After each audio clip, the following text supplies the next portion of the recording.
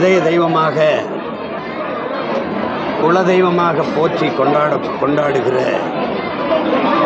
எங்களுடைய தாத்தா தெய்வ திருமகன் முத்துராமலிங்க தேவர் அவர்களினுடைய புனித புகழ் போற்றுகிற நாள் இன்று. அரசியலை வியாபாரமாக்கக்கூடாது. பதவி என்பது மக்களுக்கு சேவை செய்யத்தான் என்கிற எண்ணம் கொண்டவனிடத்தில் அதிகாரம் இல்லை என்றால் மக்களின் நலன் என்பது கனவாகி போய்விடும் என்று அறிவுறுத்திய அறிவு பேராசான், உண்கிரகை உயர்ந்தது உழைக்கிறகை தாழ்ந்தது என்ற எண்ணம் எவருக்கும் இருக்கக்கூடாது.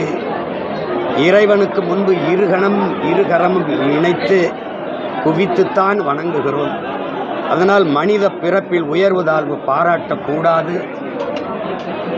ஒரு மனிதனை அவனுடைய குணத்தை வைத்துத்தான் மதிப்பிட வேண்டுமே ஒழிய பிறந்த சாதியை வைத்து மதிப்பிடக்கூடாது என்று போதித்த சமத்துவத்தின் நாயகன், உண்மையை பேசு, அதை உறக்க பேசு, உறுதியாக பேசு, இறுதி வரை பேசு, நீயே உண்மையான வீரன் என்று முழக்கமிட்ட சத்தியத்தின் மகன், எளிமை, உண்மை, நேர்மை, தூய்மை எல்லாவற்றையும் தன் வாழ்க்கையில் கடைபிடித்த ஒரு மகான். வையத்துள் வாழ்வாங்கு வாழ்பவன் வானுரையும் தெய்வத்தில் வைக்கப்படும் என்று எங்களுடைய மறை வள்ளுவ பெருமகனார் போதித்த அந்த மறைமொழியில் கூறியது போல, ஒரு மனிதன் வாழுகிற போது சிறப்பாக மற்றவர்களுக்கு பயன்படுகிற ஒரு வாழ்க்கையை வாழ்ந்தால் அவன் தெய்வமாகலாம் என்பதற்கு சான்று எங்களுடைய தாத்தா தெய்வ திருமகன் அவர்கள். தன் வாழ்க்கையை அப்படி வாழ்ந்து காட்டிய ஒரு மனித புனிதன். ஒருவனுக்கு பிறப்பு சாதாரணமாக இருக்கலாம், ஆனால் அவன் இறப்பு, அவன் மறைவு சரித்திரமாக இருக்க வேண்டும் என்ற புரட்சி மொழி பொன்மொழிக்கு ஏற்ப எங்களுடைய தாத்தா தெய்வ திருமகன் அவர்கள் வாழ்ந்து காட்டி தன் வாழ்க்கை வரலாற்றை வருங்கால தலைமுறை பிள்ளைகளுக்கு படித்து பயணிக்கக்கூடிய பாடமாக தந்தவர், பாதையாக தந்தவர். அவருடைய புகழ் போற்றுகிற இந்த புனித நாளில் அவருடைய பேர பிள்ளைகள் பெருமிதத்தோடும் திமிரோடும் எங்கள் புகழ் வணக்கத்தை செலுத்துவதில் மகிழ்கிறோம். இந்நன்னாளில் உறுதி ஏற்கிறோம்.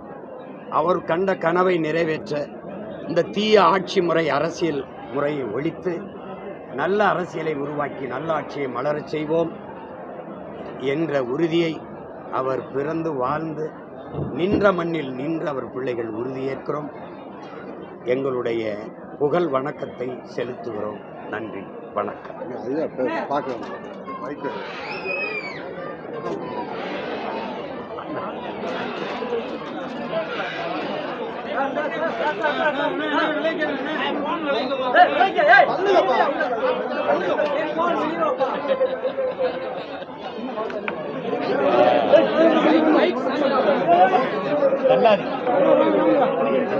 நாம் தமிழர் இயக்கத்தினுடைய நிறுவனரும் கோடாறு கோடி தமிழர்களினுடைய நெஞ்சங்களில் மான உணர்ச்சியை ஊட்டி வருகின்றவருமான எனது ஆருயிர் சகோதரர் செந்தமிழன் சீமானவர்களே, என்னோடு இதிலே பங்கேற்றிருக்கக்கூடிய மறுமலர்ச்சி திராவிட முன்னேற்ற கழகத்தின் துணை பொதுச் செயலாளர், மாவட்ட செயலாளர்களே, கழகத்தின் கண்மணிகளே, செய்தியாளர்களே, தொலைக்காட்சி ஊடக நண்பர்களே, வணக்கம்.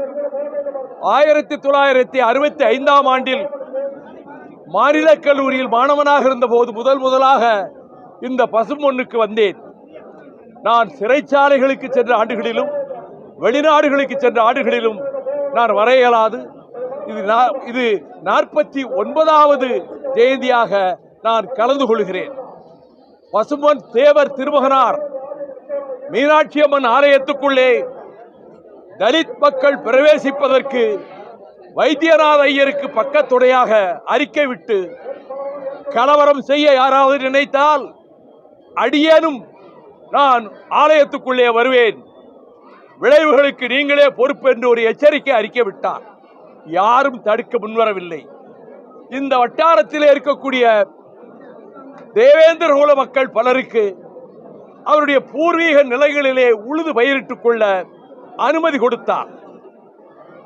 தமிழ்நாட்டில் அதிக ஆண்டுகள் பிரிட்டிஷ் சிறைச்சாலைகளிலே இருந்தவர்களில் முதன்மையானவர் பசும்பொன் தேவர் திருமகனார் ஆவார். நான் சின்னஞ்சிறு வயதில் 9 வயதாக இருக்கும் போது எங்கள் பகுதியில் சுற்றுப்பயணம் வந்த அவர்கள் பசும்பொன் தேவர் திருமகனார் என் இல்லத்துக்கு வந்தார். என் தந்தையாரை சந்தித்து நீங்கள் காங்கிரசுக்கு வேலை செய்யக்கூடாது என்று சொன்னார். அதன்படி அவர் வேலை செய்யவில்லை. அப்பொழுது என் மனதிலே அந்த சிம்மம் போன்ற தோற்றம், பிடரி சிகை அப்படி சுருண்டு இருக்கும் ஆஜானுபாகவான தோற்றம். அவருக்கு அருமையாக சிலம்பம் தெரியும். ஒரு முறை அவர்களுடைய வண்டியை எதிர்த்தரப்பினர் மறித்த போது அவரே இறங்கி சிலம்பக்களியை வாங்கி அனைவரையும் விரட்டி அடித்த உடல் வலிமையும் கொண்டவர்.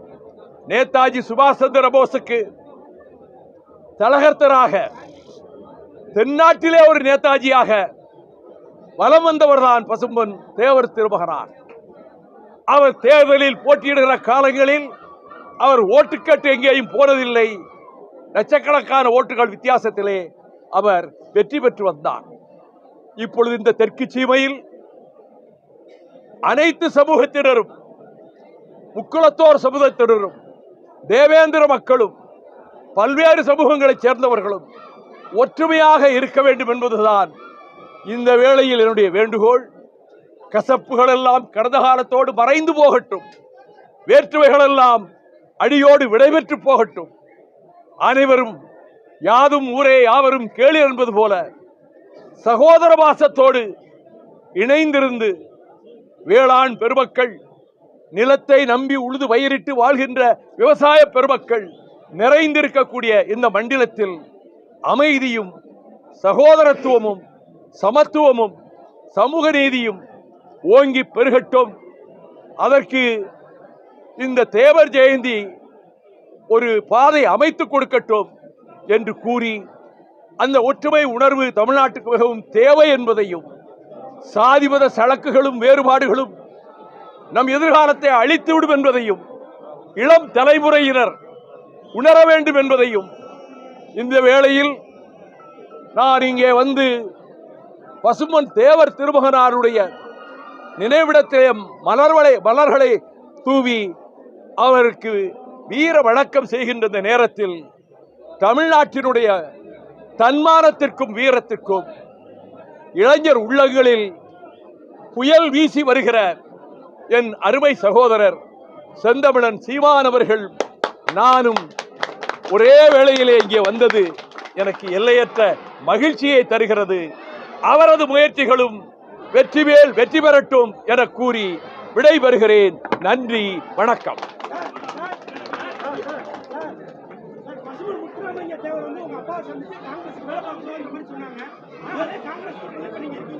அதெல்லாம் காலம் கடந்து போய் எத்தனையோ வந்துருச்சு. அந்த எதிர்ப்புல இருந்து பசும்பொன் தேவர் திருமகனாரே அன்னைக்கு சொன்ன உணர்வோடு இருந்த மக்களே அது வெளியில இல்லையே.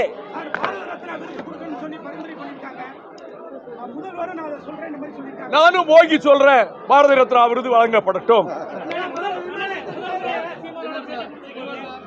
ஆமா, அவர் நான் ஆஸ்பத்திரியில் இருக்கும்போது கூட அவர் வந்து பார்த்தாரு.